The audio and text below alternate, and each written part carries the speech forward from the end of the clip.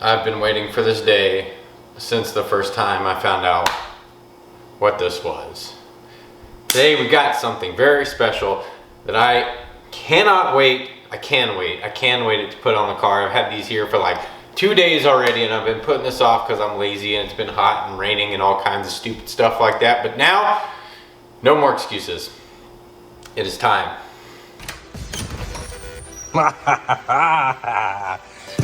Get in here right now.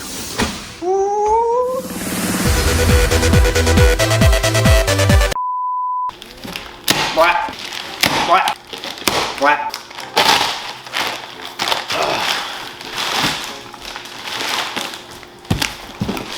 Jeez.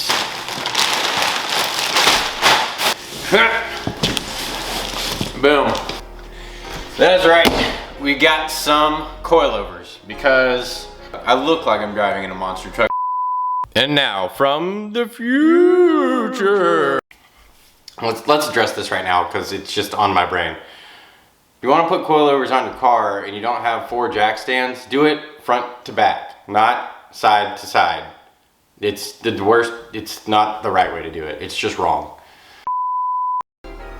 Let's get into it. Kniff.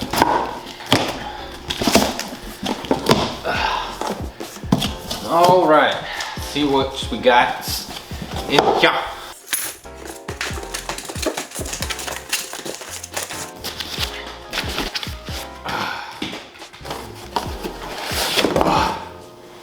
There it is. Always wanted and never had coilovers. Always have wanted coilovers.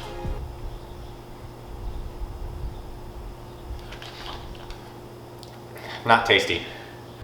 So here I am trying to figure out how to measure preload. Everything I'm saying right now is totally irrelevant because I didn't figure it out. I also tried to look up the proper way, but was unsure if they came set up from the manufacturer. Pro tip, they don't. Do yourself a favor and make sure these are completely set up before installation. Now you may be asking yourself, well, how do I do that? Good question. Couldn't tell you.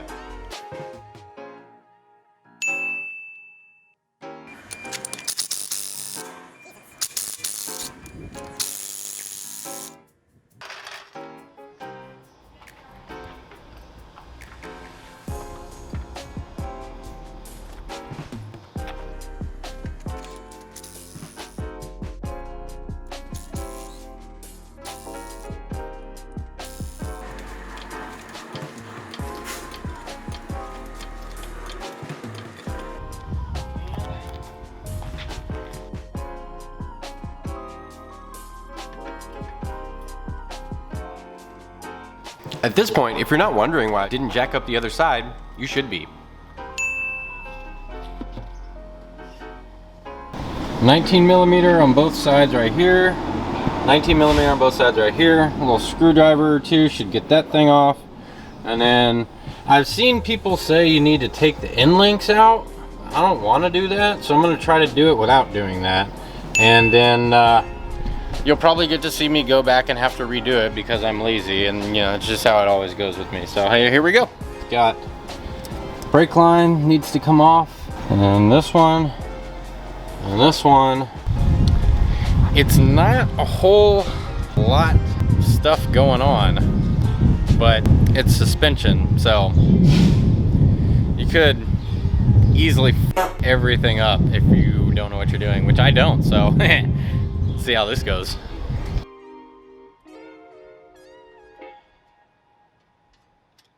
Duh, it's top and bottom, stupid. There we go.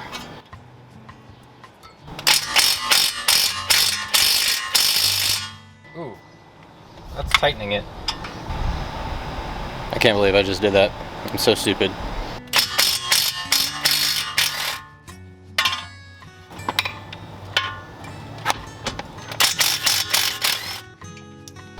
Now we're gonna take some of the load off of those bolts.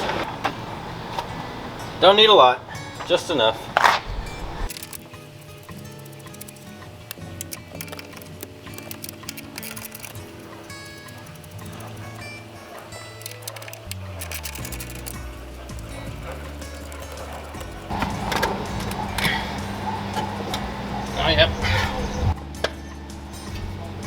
Apparently, I didn't film the part where I had to hammer and endlessly crank the bolts out of the strut knuckle connections, so whoops.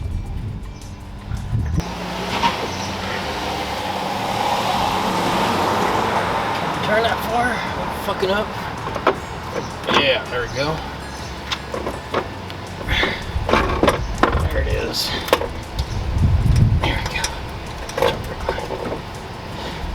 Haha, piece of crap. About 19, 16 and a half. Let's try that and see how it goes. Very important that these go in one way. So these are only configured in a certain way. And in order for the camber adjustments to work right, this has to be lateral this way, right? So I almost just put it in like this, which would not work at all unless I wanted like some serious caster adjustments and no camber adjustments. So you want to make sure and position it right here. It may seem like common sense, but I mean, like I said, I just almost did it the wrong way without even paying attention. There you go. Right in there. Come on. There we go.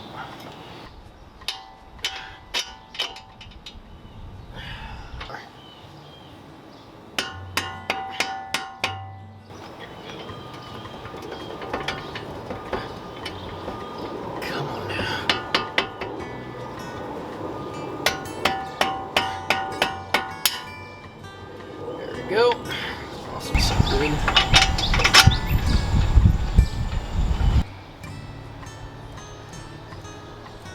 Boom. I just put everything back on there without recording any of it, so I'll pick it up on the next side. Oh, come on. Did I forget one? No. Ooh, that didn't sound good. That's tighten. We want loosen. Here, please enjoy this lovely view of my freckled weenus. Tighten the living crap out of it. Apparently I don't know what's right and what's left. Grab our mullet.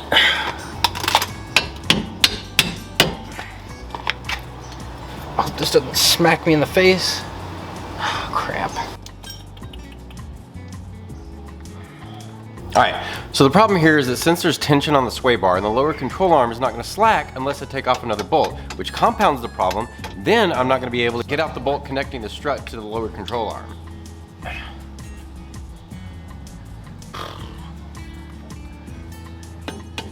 Against my better judgment, I'm going to try this. And now, another great close-up of my freckles.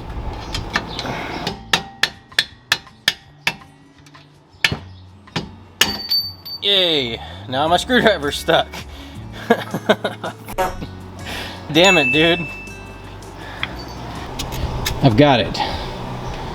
I've gotten it free.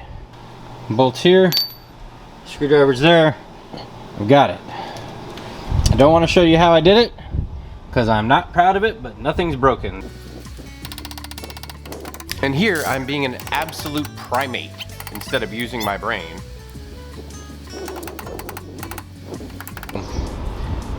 The end link needs to come out. So this is a clip where I actually started using my brain and realized I need to dismount the entire sway bar from the chassis. Undo the sway bar right there, maybe. And that way I can move the whole thing up or down, maybe.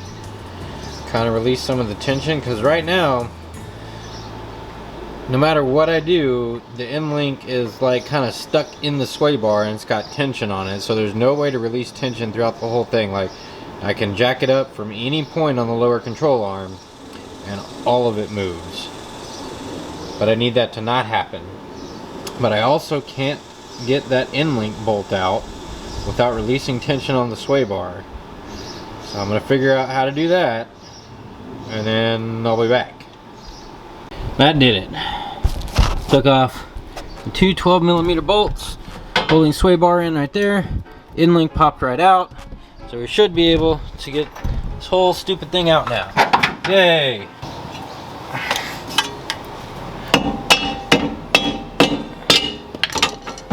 Don't be afraid to use a hammer, people.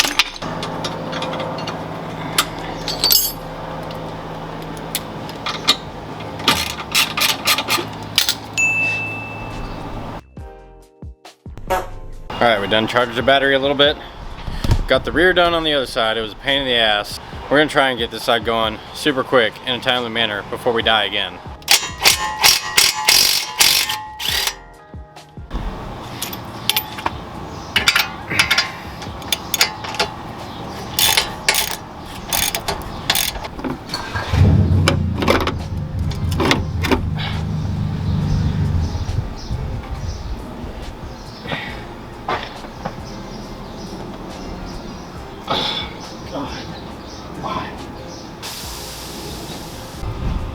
So I didn't learn from my mistakes.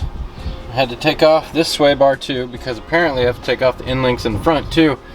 And I was struggling with the other one, and hooray, tore my CV boot.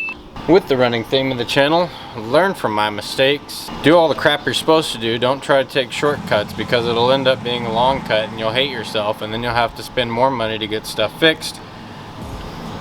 And here we are. Eccentric ring.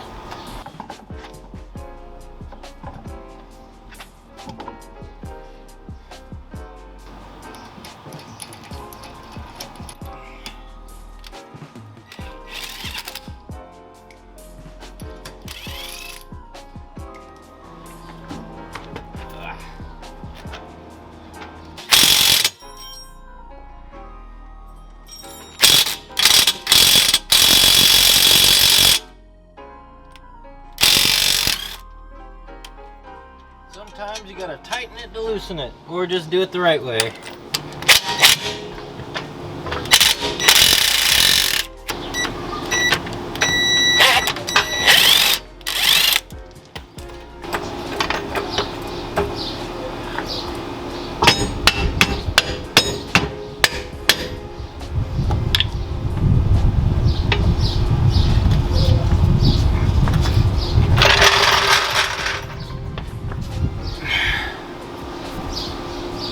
No, in link.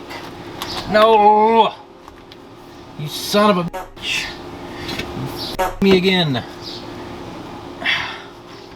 Why?